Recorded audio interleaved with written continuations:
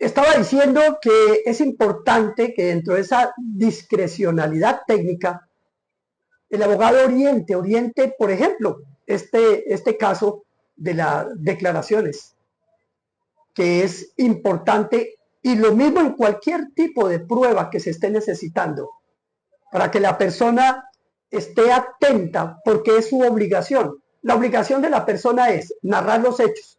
Por eso el abogado debe tener una entrevista.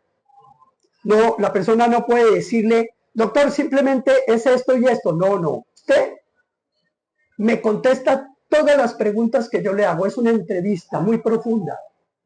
Porque el abogado es el que tiene la visión jurídicamente, esos hechos, cómo los va adecuando a la norma. De acuerdo a esos hechos, ¿qué norma jurídica es la aplicable al caso? Por eso tiene que hacer muchas preguntas que la persona sola no ve la necesidad de pronto, porque no es abogado. Entonces hay que hacer una entrevista donde salen a la luz elementos claves para un caso. Después de esa entrevista entonces viene la disposición del abogado de consígame este documento y este otro documento, sea constituir las pruebas, los elementos materiales de prueba. Ese punto es importante y esas son dos obligaciones que tiene la persona.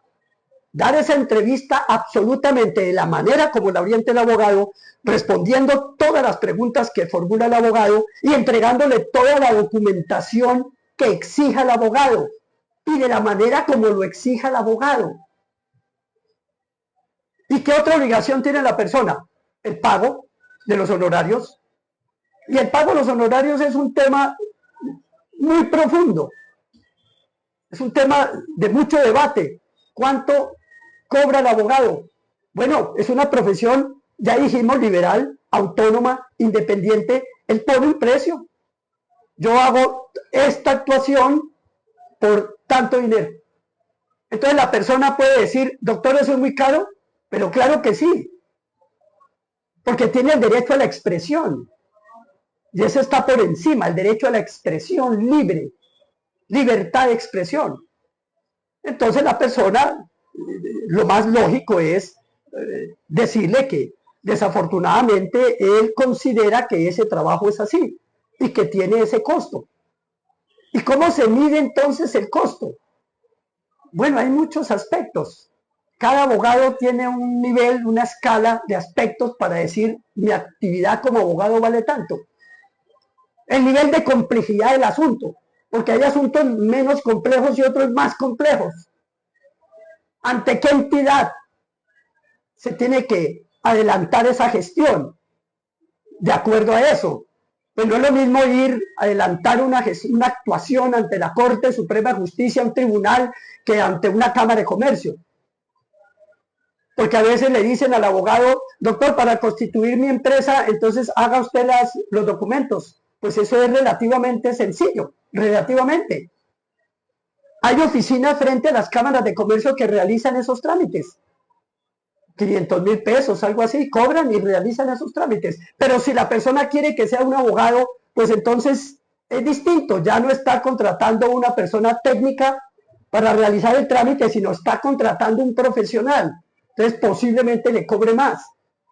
Y la persona en ese caso debe entender y no puede decirle, por ejemplo, pero ese trámite no es sino ir allá.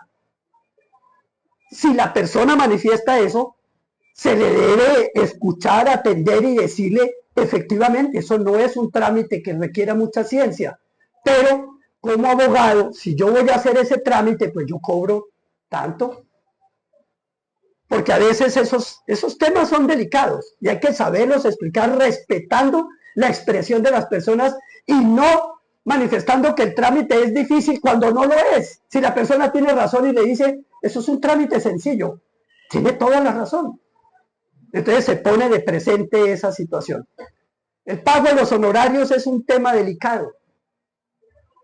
Saber medir la complejidad del asunto, la duración. ¿Cuánto tiempo va a estar el abogado pendiente de ese tema? Eso incide en el cobro. Algunos dicen que incide en el cobro de esos servicios profesionales la capacidad económica del cliente. Es muy posible, que incida. Ya en el próximo video termino este tema.